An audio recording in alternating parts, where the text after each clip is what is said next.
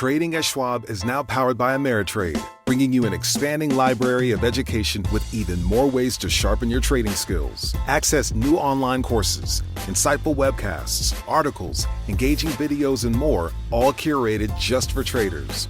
Plus, guided learning paths with content designed to fit your unique interests. No sifting to find exactly what you need, so you can spend your time learning to trade brilliantly. Learn more at schwab.com/trading.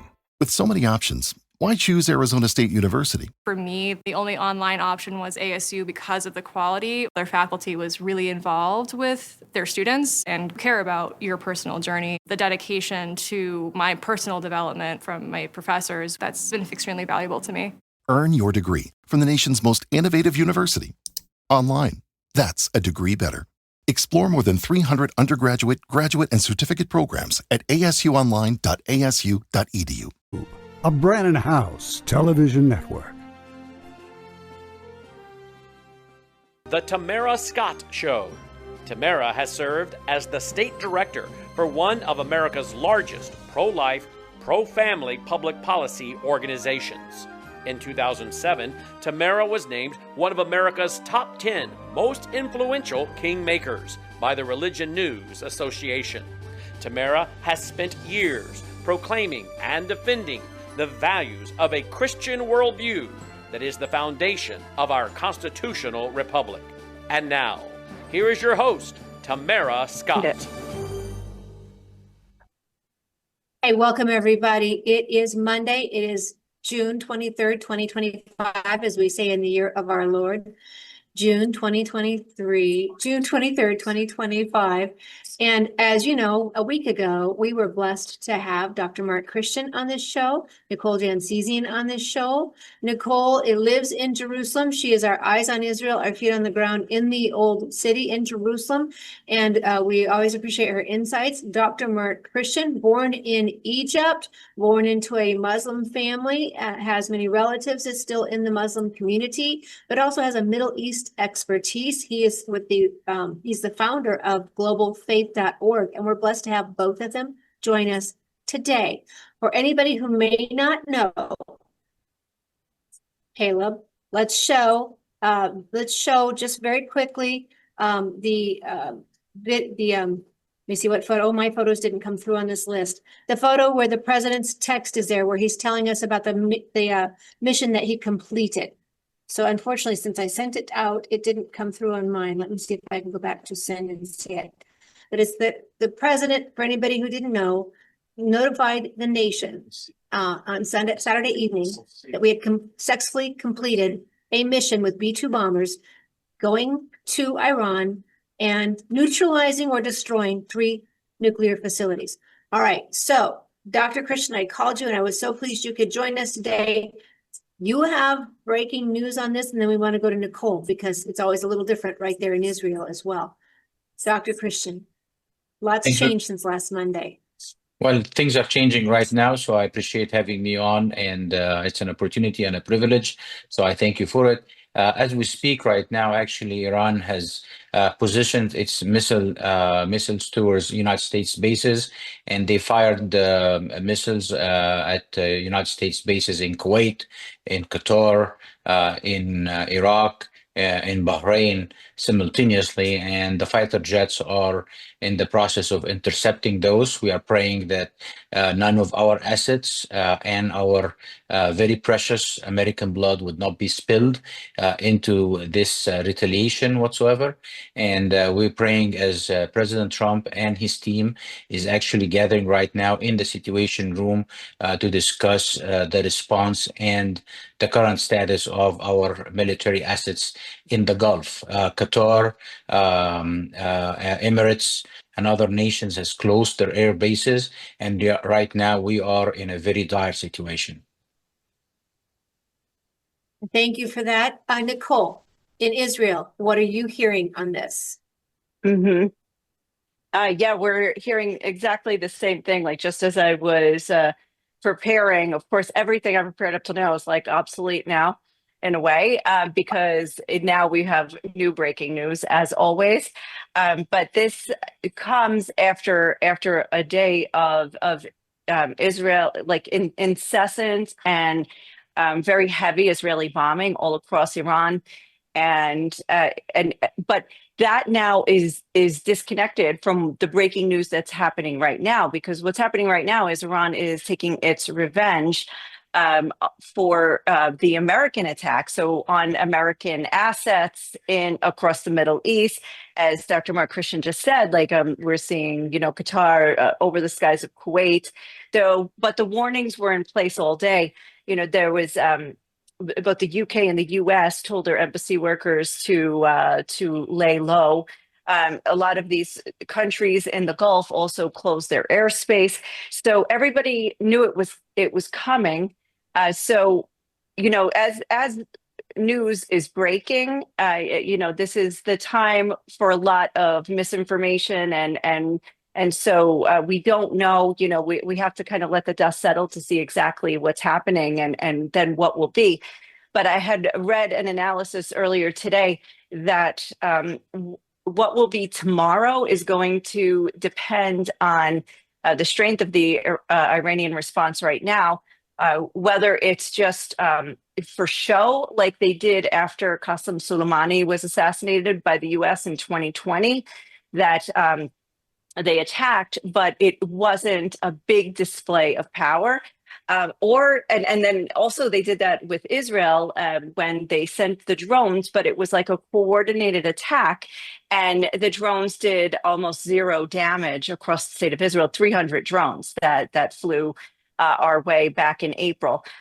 So anyway, so we're just waiting to see whether or not this is what escalates from an Israel war with a little bit of help from the U.S. to a regional war. Will this draw in Qatar? Will this draw in the Saudis? Right now, I mean, I don't know, and I would love to hear what you guys think. But at this point, we kind of wait to see where it all falls after these attacks, how strong they are, and how long they last. If I jump in very quick over here, there is a couple of things that actually is at play right now. Is actually Iranian response. Number two is its allies in the Chinese and the Russians and what they are doing. And I have some information I would love to discuss with you guys and just share it with our viewers today. The other thing is what's happening inside of Israel itself. How is the front is united is a big question that there is a lot of rumors, as you mentioned, Nicole, and I don't know exactly how things are playing on the ground over there, because there is two different people trying to give different messages or two different agendas. And one of the things is actually the British is trying to send a message that there is a mass exodus inside of Israel, that they are sending their assets to evacuate the British citizens in Israel by the thousands. And is that there is any truth to that? If there is any mass exodus out of Israel, or how things are looking, as the front inside of Israel itself? That's a great question. It's something that we've been dealing with for 10 days now, because Israel has basically locked down the skies here. Very reminiscent of the Corona days as well. By the way, during COVID, they locked down and they really controlled movement. And but obviously now with Iranian missiles that are a lot faster, they get here a lot faster than the Houthi missiles. They, rightfully so, are putting in safety measures. However, the sudden attack left stranded, I don't know how many tens of thousands of foreigners in Israel. So a lot of the people that you see leaving are dual citizens. For instance, my parents were here visiting us, and they were supposed to leave last week, and their flight was one of the hundreds of flights, thousands of flights canceled, and they cannot find a way out. So the embassies are, so I'm not sure how much, like, we don't live with a sense of urgency day to day. You know, we're That's working good. and shopping and, you know, doing what we need to do. But I will say schools are closed, workplaces are closed unless you're an essential worker, and it is very hard to travel. It's almost impossible. You have to go through a land crossing through Jordan or Egypt, actually. So, so as far as I wouldn't say that there's a panic to get out. There's more so a panic to get back in for Israelis who were stranded overseas. You know, I know a lot of people who just took a weekend trip without their kids, you know, so their kids are here and they're stuck overseas, or women who are 8 months pregnant. And if this goes on any longer, they have, you know, will have to give birth overseas. I mean, it's just, just these little things you don't think about when this happens. So they're doing rescue flights, and because of the security concerns, they're only having 50 people per plane, which would be wonderful for a flight from here to New York. I can tell you that. But you know, it's limiting the amount of people they can move in a day. And we're still getting missiles, and you know, we're still having to shut things down. The airspace will shut down immediately. Planes will have to divert. So I would say that, you know, going back to the first part of your question about is there a united front, I would say at this point, yes, most Israelis say that Israel should finish the job, and they're also very happy that the U.S. got involved.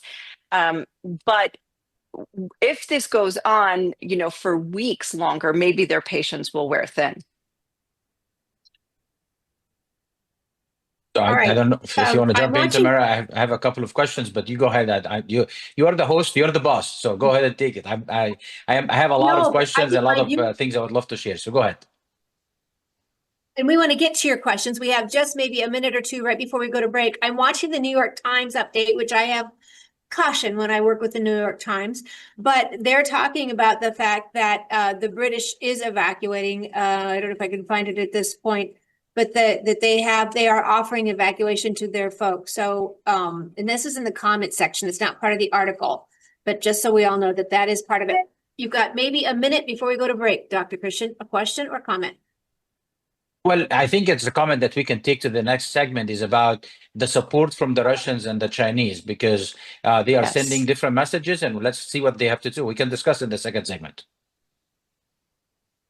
Key question, because you and I were in a conversation with someone last week, and they were concerned that if we didn't support our ally Israel, our greatest ally in the Middle East, that it would give China the opportunity to go after Taiwan, thinking we would not respond, or Russia to go after an enemy, thinking we would not respond. So we'll come back, and what a great teaser, Dr. Christian. We'll be right back with Dr. Christian and Nicole Jansesian. Stay tuned.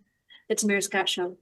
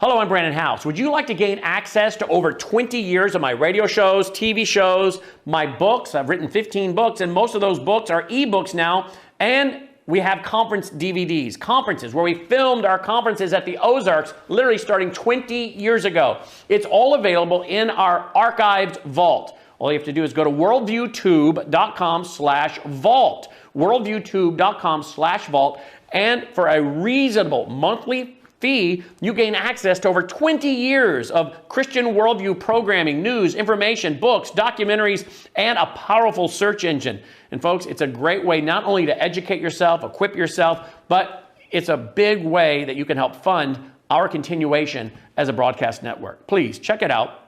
worldviewtube.com/vault, worldviewtube.com/vault, and help us continue pushing out a Christian worldview.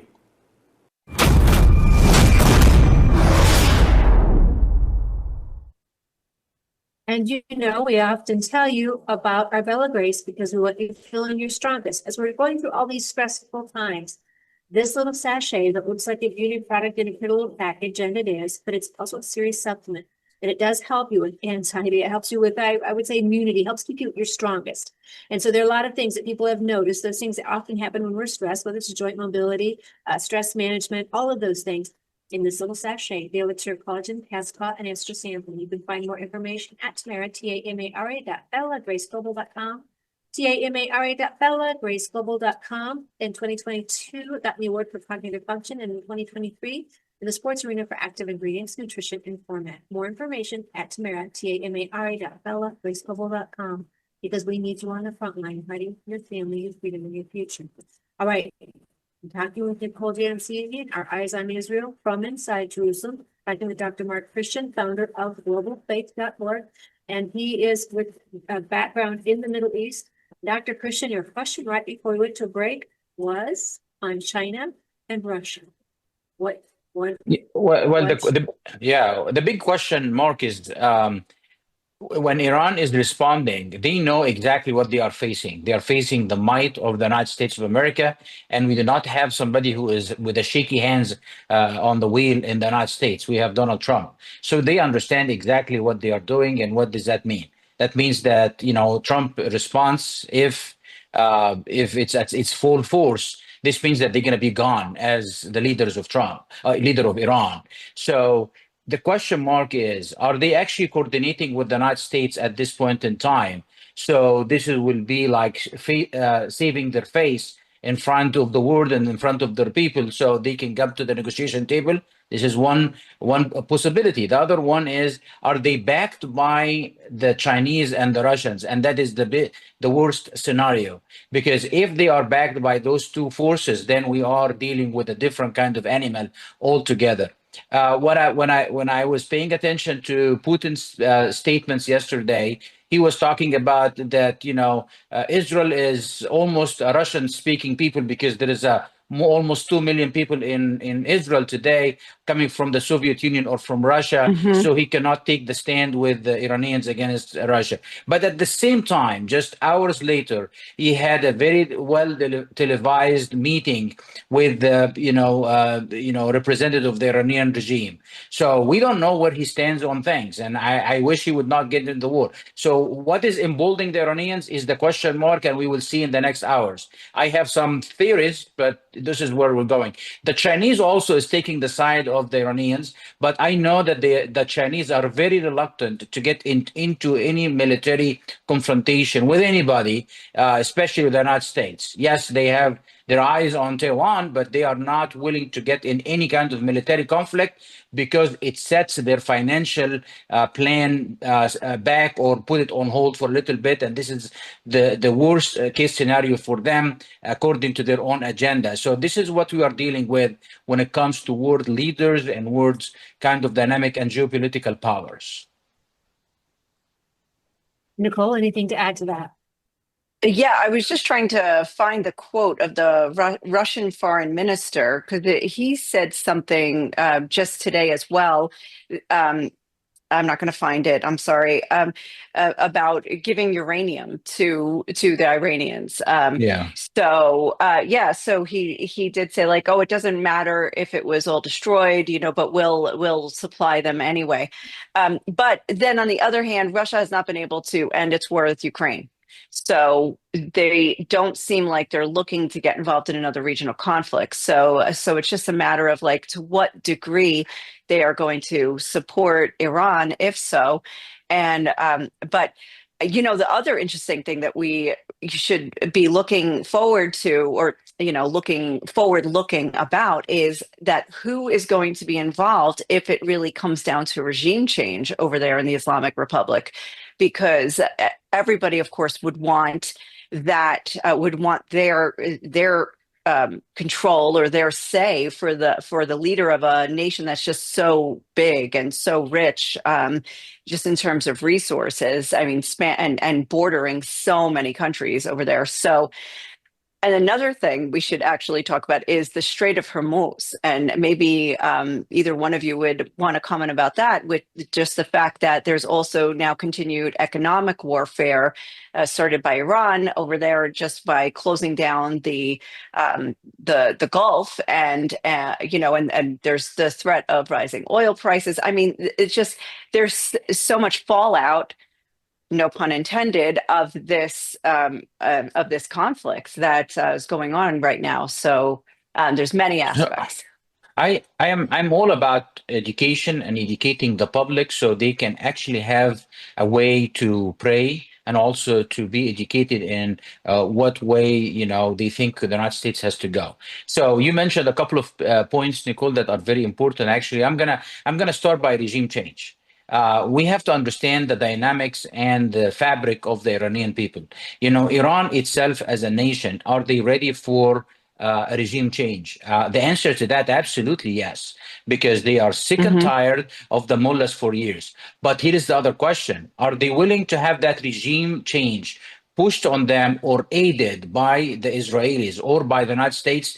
This is the big question. And I don't think so. Why I don't think so? Because the Iranians are very proud people. The Iranians are Muslims, number one. Number two, Iran is actually, in its meaning, it is the land of the Aryans, and they have thousands of years civilization. They are very proud of who they are. There are almost 90 million people, Iranian, 92 actually, Iranian, according to the last census. The other thing is they take pride of who they are and their ancestors and their genealogy and all of that stuff. And they do not like the United States and Israel to tell them what to do. They can have their own regime change. Then Israel is suggesting that they will take the son of the previous Shah to be the leader of Iran. Well, some people like him. There is a lot of people remember the old days where they actually overthrow the Shah and they don't want him to be the leader whatsoever. Israel would love to do, but actually Israel is not doing him any service by pushing him, putting him in a very clean picture on the screen and so forth. Another thing that we have to understand when we are dealing with Iran regime change, that Iran today have almost 500,000 of active military personnel, that they are, pledging allegiance to the current regime. Many of them can defect and they do not have to be with the regime. But you are dealing with a 500,000 kind of military personnel, and they have seen what happened to the military personnel in Syria and in Iraq before. So they will be fighting for their own existence and their own survival, and then the survival of the regime when it comes to it. Are we ready to fight those in the streets of Tehran in Iran? I don't think so, and in the mountains and so forth. So it is not an easy thing that let's take Ayatollah Khomeini and then everything will be dandy afterwards. Ayatollah Khomeini already prepared a plan in the last 48 hours of succession. Previously, it was his son that will take place. He moved his son in a secured place. Right now, he actually nominated other two people with his son to be the successors in case of he has been killed. So they are preparing for all of this. This is not an easy matter. It's not like, hey, we're going to go and take over the regime, kill the leader, and the regime will change. We are dealing with a different animal and a different beast that is dealing with right now. Another thing is we have to keep in mind, the public need to understand, China has invested more than $400 billion in the infrastructure in Iran, and they are not willing to go in so far to fight militarily alongside because of the reasons I mentioned earlier. But at the same time, they are not willing to see their assets go away or their influence go away. And more importantly, they don't want to see the source of oil that they depend on cheaper coming from Iran to go away. So they have a big stake of keeping Iran intact, and they have their gravy train coming to them going on. You have to keep in mind as well that Russia, this is the last post. Russia has influence in the Middle East for years, at least since the late 50s and the 60s. And now they lost all of their posts in the Middle East, and Iran is the last one. So are they willing to give away their influence in the Middle East for good? That's another question that we have to keep in mind when we are dealing with this. And all of that is on the table when Trump is meeting right now in the Situation Room.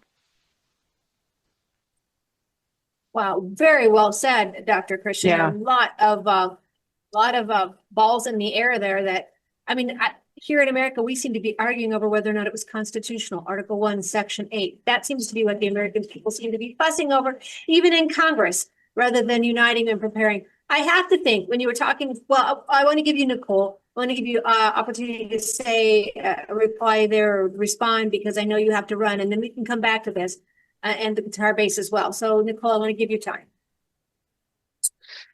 Okay, I mean, basically, whatever just happened, which it looks like it might even be over right now, this attack. So it looks like America and Iran can now bow out gracefully and say we did our part and it's over. The question is, what is, I mean, for me, since I live in Jerusalem, what is Israel going to do? What's its, when does Israel say we've done what we came to do, and they can finish the job? Because today the attacks were just in 1 hour. I think they had like 100. I'm sorry, I'm looking at, yes, in Tehran, in 1 hour there were 100 strikes.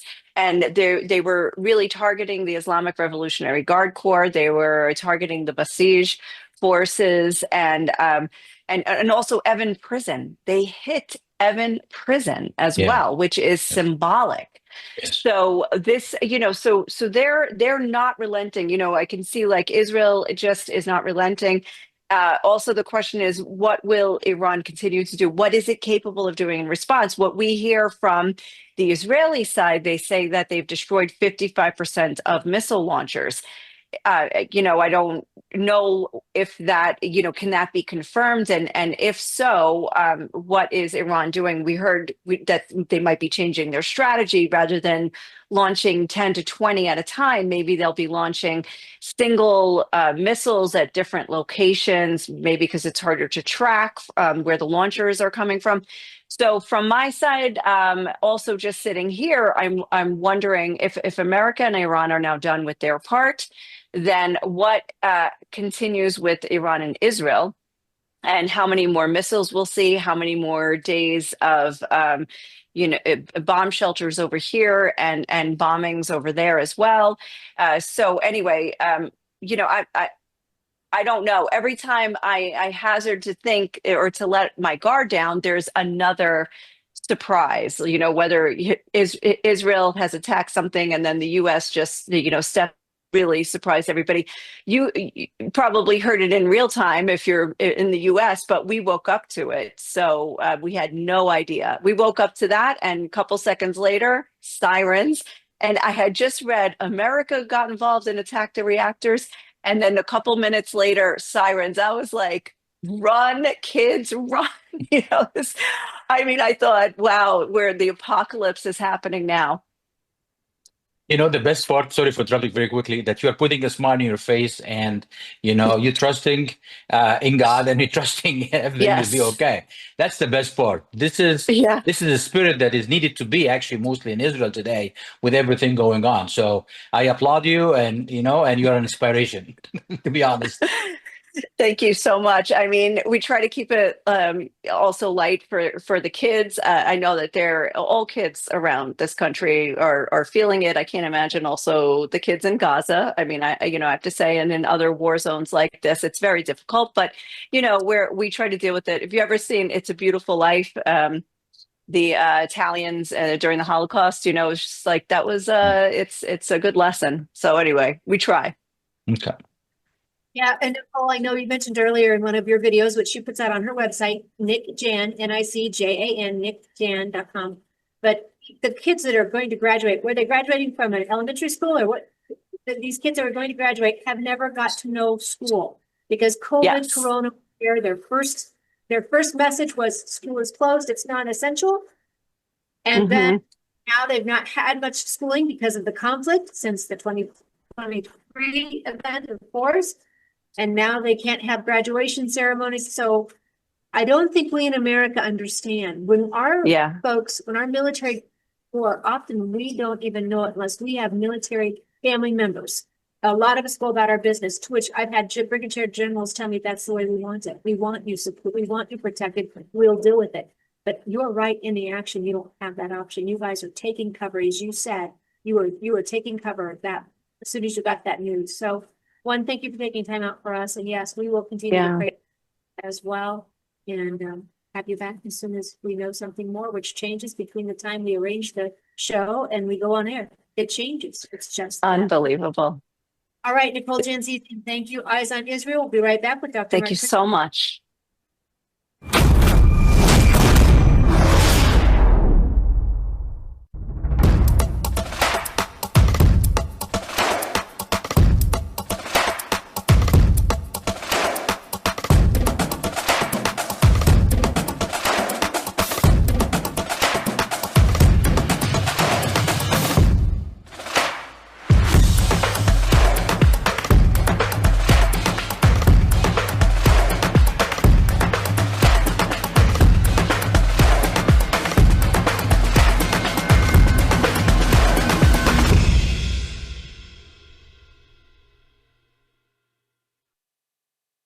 Hello, I'm Brandon House. I want to thank you for all your support at wvwfoundation.com that helps make possible pushing out 24/7 content for free. Without your support, we'd have to put it all behind a paywall. But thanks to you and your support through our foundation, we're able to push it out for free as a broadcast service and broadcast ministry of WVW Foundation. Please consider going there and setting up an automatic monthly contribution, or go there and make an occasional contribution. If you prefer to support us through the mail, you'll find our mailing address there at wvwfoundation.com. You can also call and make your contribution over the phone by calling 901-825-0652. That's 901-825-0652. Again, all these details are available at wvwfoundation.com. Thank you for your support as we try to help people around the world understand the times through the lens of a Christian worldview.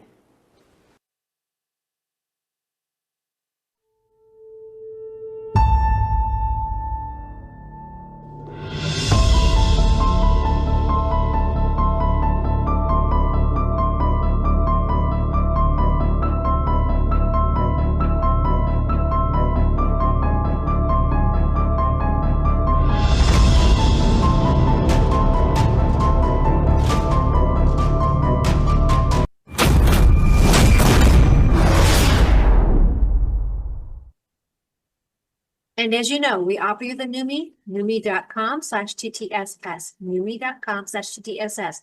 Lavender is for ladies anywhere along your journey. If you're on a hormonal supplement, you might want to check with your doctor, though there are none in here.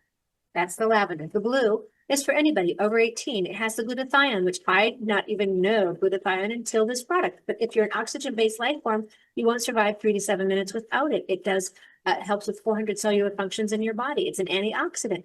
It detoxes heavy metals, forever chemicals, graphene oxide, one of those new terms we all learned just about 4 years ago. And it also detoxes glyphosate. Many people are concerned about glyphosate. There are ag products with glyphosate that concerns about links to cancers, HPVs, and diabetes. So this will help detox heavy metals, forever chemicals, graphene oxide, and glyphosate.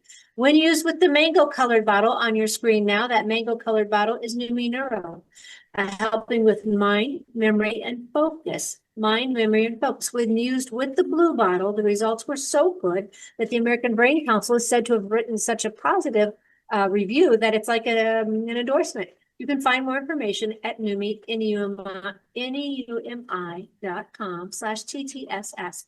Why? Because we want you feeling your best. And when you get that product, you feel better and you help us as an added boost. So we thank you for that.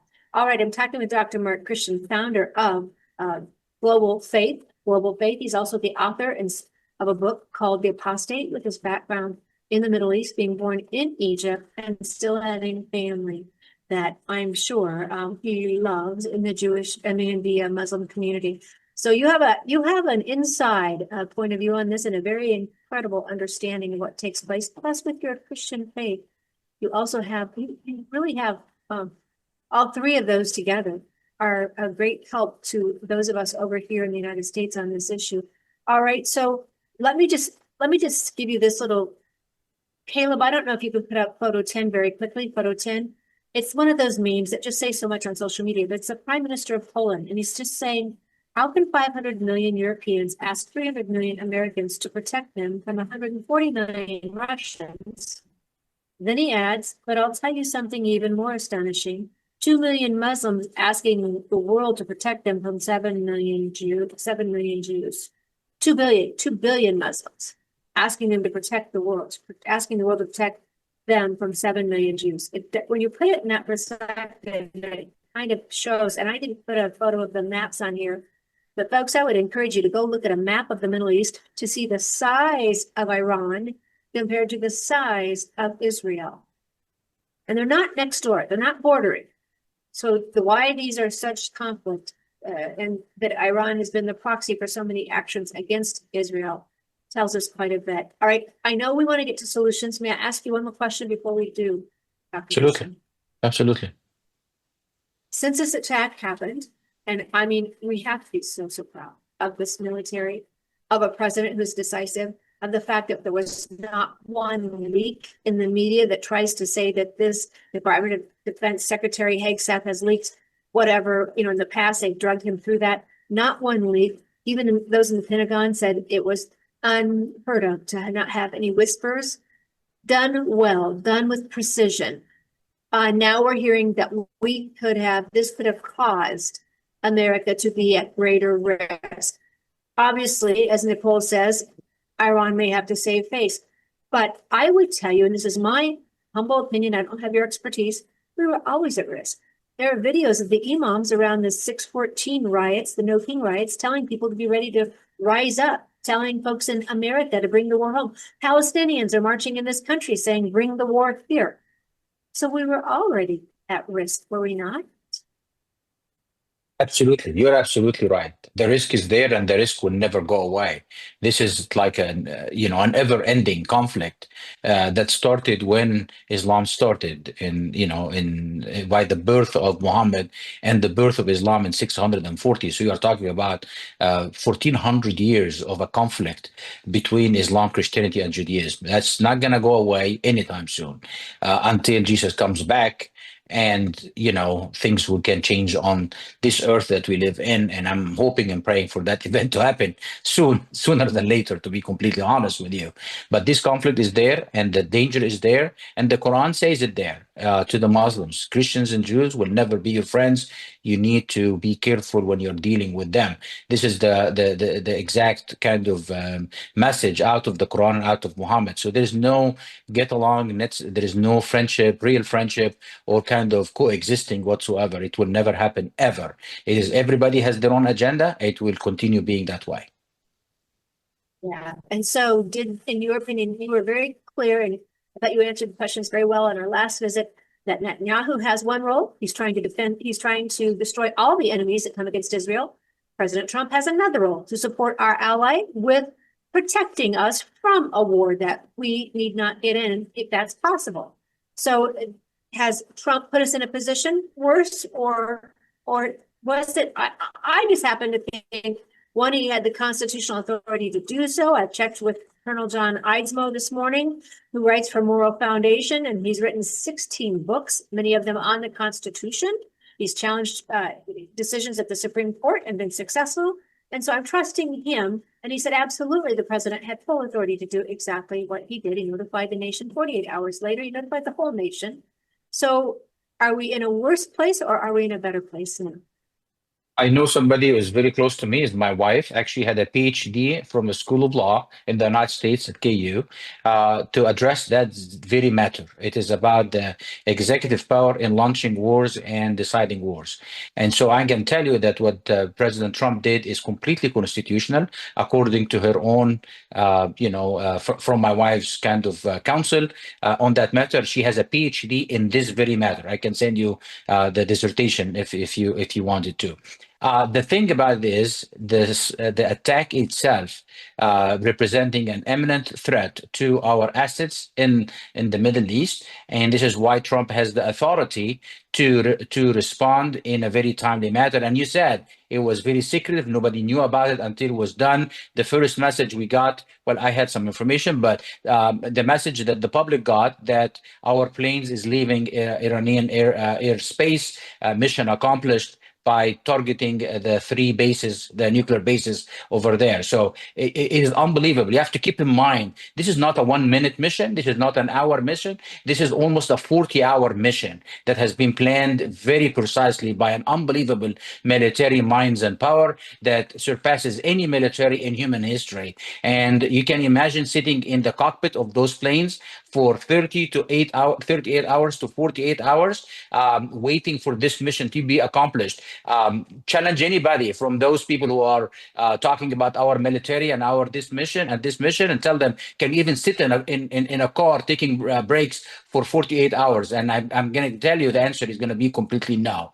This is an unbelievable military power and precision. So we have to be applauding that big time. And I think when you said that has been secretive, I think it has to do a lot to do with not sharing it with many of the Democrats that are notorious of leaking the information to the public and putting our assets in danger if that mission was actually being exposed. So praise God for President Trump and his decision to take action and the way he did it. And to be completely honest, I think if we stop the war at this, it will be a brilliant attack from all perspectives, because he did what exactly he should do. And it was a right thing to do. There is no regime change so far, and things are moving in the right direction. It's not an ever-ending conflict. It is just one precise attack. It's one way to negotiate. We have been negotiating. Hey, we're going to have an Iranian nuclear deal for quite some time. I guess this is a very good way to make a deal. There is no nuclear. That's done. Good. It's very similar, actually, to be completely honest with you. It's the same way when Trump was dealing with the Abraham Accords. Jerusalem was always the question. And then he said, well, don't worry about it. Jerusalem is done. Jerusalem is Jewish, part of the Israeli state. It's the capital of state. I'm recognizing it. I'm moving the embassy over there. Done. It's not part of a negotiation anymore. So the Iranians are not going to have to negotiate over nuclear facilities, and Palestinians are not going to, or the Arabs are not going to be negotiating over Jerusalem anymore. It is done deal. I think this is the way Trump does things. You are negotiating of something that will not make this deal happen whatsoever. I'm taking it out of the table. That's what he did. Absolutely. He told us in the beginning, I'm not going to tell you everything we're up to, nor should be. The coach doesn't tell the other team what they're up to and what their plays will be. So it just makes sense. And as you mentioned, there are folks in our Congress that are not our friends. That's sad and it's tragic and ought to be taken care of by the people who put them in. But they are enemies within that we are all quite aware of. And I've been thinking about this. We talk about the art of the deal, Trump's art of the deal. Well, now we've seen the art of deception. We heard about deception before. My goodness, if this wasn't the art of deception, I don't know what is. We've got to go to our third and final break. When we come back, I'll let you speak to us about solutions. Experts say that Russian hackers found a way to hack our utilities, and that You're watching Worldview 2, built on the 35 years of Worldview books, documentaries, research, high-profile interviews, and the radio and television broadcasts of Brannon and House. But with Brannon, it's always cutting edge stuff happening in the world, and it's not just from the political angle, because you can get that on other platforms, but it's always from the biblical angle. So you're dealing with a guy that loves Jesus, you're dealing with a guy that's very intelligent, you're dealing with a guy that is cutting edge conservatism, and you're dealing with a guy that wants to be biblical all at the same time. And so for that reason alone, I hope many, many people will not just lift up his ministry in prayer, but will also financially get behind it, because he, from the angle I'm trying to describe, he really is the only game in town. And we desperately need it in these last days. Can I get an amen to that? Hello, I'm Brandon House. Is the government tracking you? Do they have access to all your data? Well, if you go to worldviewtalk.com, you'll find out about a cell phone company that, well, does not store your data. They don't do that. This is what they're known for. They don't store your data. You have privacy. You're not being tracked. That's why a lot of folks are turning to worldviewtalk.com. You'll find their prices are very competitive. All the details are there at worldviewtalk.com. Again, worldviewtalk.com. Oh, while you're there, not only do they have cell phones that aren't tracking you, you can find out about how to get a satellite phone. Should the whole system go down and you want to communicate with a family member or a loved one, you might want to have a satellite phone. Or how about their solar generators? They have great solar generators. Check them all out right now. Worldviewtalk.com.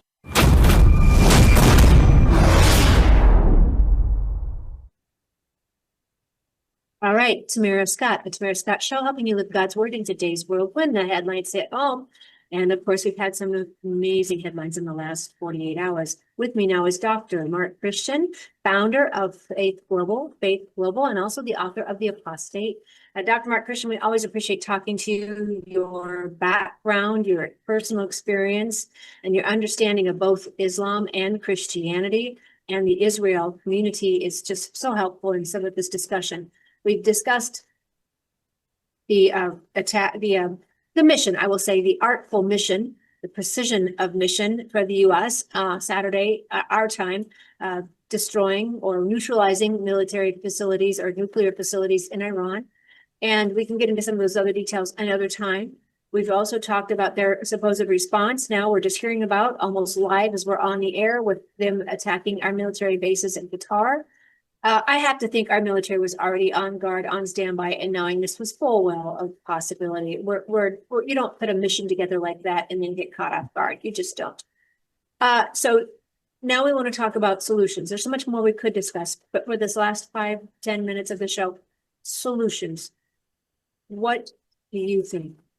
Well, I actually can report as well that, it seems like all of the Iranian missiles has been intercepted and there was no casualties or any kind of action happened to our military. So praise God for that.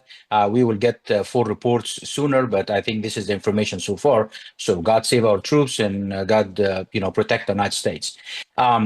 So, to be completely honest with you, I mentioned, the fabric of the Iranian country and the pride and all of that stuff.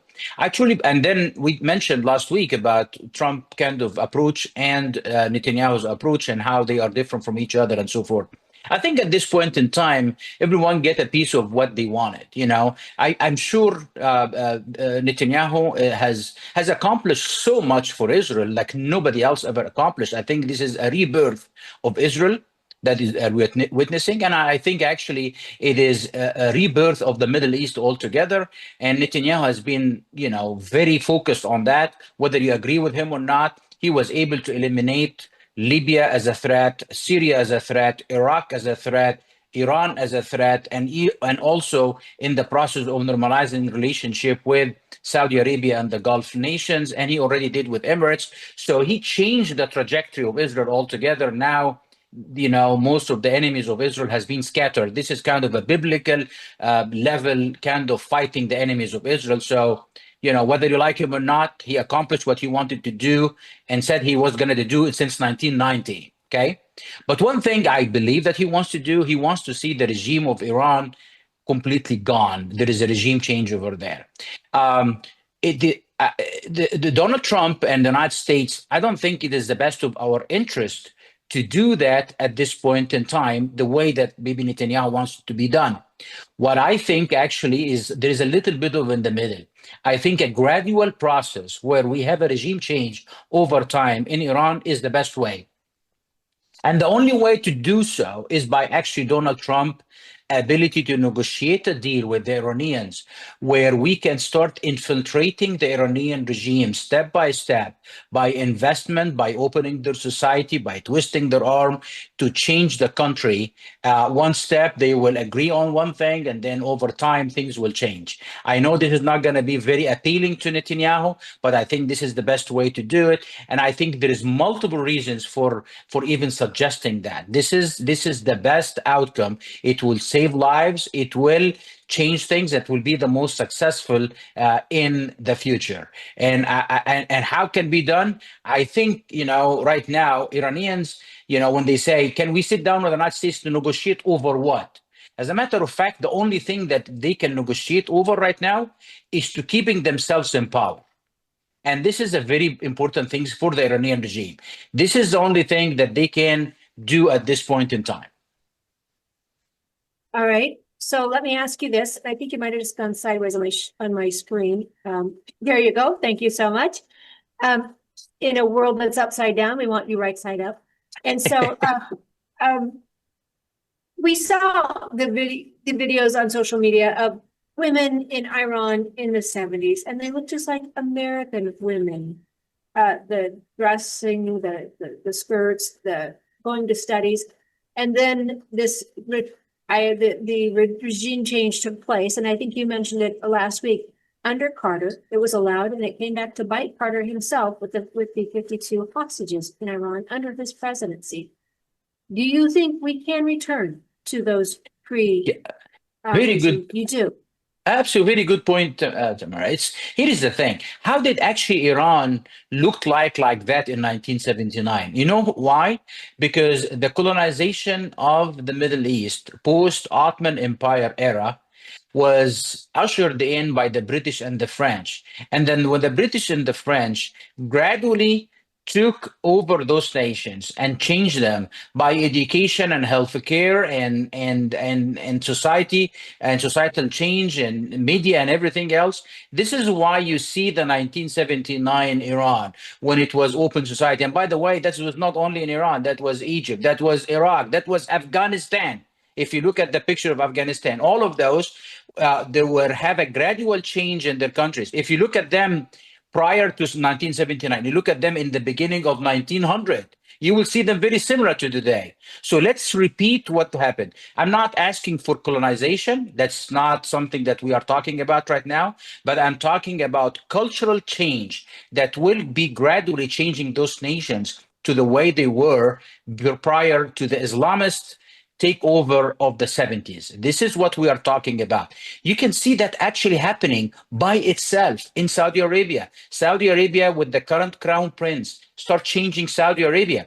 Saudi Arabia, just 10 years ago was not the Saudi Arabia of today whatsoever. Saudi Arabia changed gradually, where the next generation, the current generation, they have music, they have movies, they have culture change in the country that's changing Saudi Arabia. Let us do the same thing in Iran. Let's return back to 1979, repeat the things that happened in the early 1900s, not by colonization. I'll make that clear, not by colonization, but by Western investment in the next generation, so we can all live in harmony. See, the problem is not the people of the Middle East.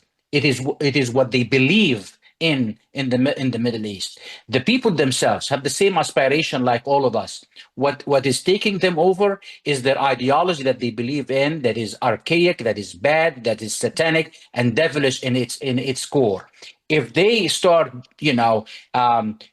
loosening up their beliefs in those ideology, opening up to the current time that we live in, then they will open them to the current life that we live in 2025 in the 20th century. And by the grace of God, many of their hearts will start changing to follow Jesus Christ as our Lord and Savior, and their Lord and Savior as well. This is the way you can change hearts and minds. And actually, we can take example of Jesus Christ himself when he was reaching to those who are lost. He reached out to them, fulfilling their earthly need. And when they became satisfied and happy by his miracles in their life, they immediately start following the man that created that miracle, which is God himself, Jesus Christ. This is the example of the Bible. This is the example we should follow. No more bloodshed. I think cultural change, it is a time for it. And I think the man can do that is Donald Trump. I thank you so much. A well said answer right in our time. To all of our viewers, those of you who may be thinking this is just impossible, it may not be fast, right? It may not be fast, but it is doable, and nothing is impossible, right? Through Jesus Christ. Elam Ministries is already in Iran. They've been there for some time, and their motto used to be closed borders but open hearts. We continue to hear about more and more people coming to Christ, the underground church expanding and growing. And so that's our hope, I think, Dr. Christian, is they have to help. It can't just be us from the outside. They have to do it, as Nicole said, or you said, they're very proud people. They've got to do this and take it upon themselves as well. But we can pray for their hearts, and that's what we can do, all of us, in your easy boy chair. While you're listening to this, you can be praying across the globe and doing great things through Jesus Christ, the power of Jesus Christ. Dr. Mark Christian, thank you so much again for taking time out for us today, and all you're doing. I know you're traveling, trying to help protect America from the influence of Islam here in our nation. So thank you for that. We appreciate everything you do. Thank you. To everyone. And his website is Global Faith, globalfaith.org. To everyone out there, we tell you to live boldly, love better, laugh bigger, be encouraged, never be complacent.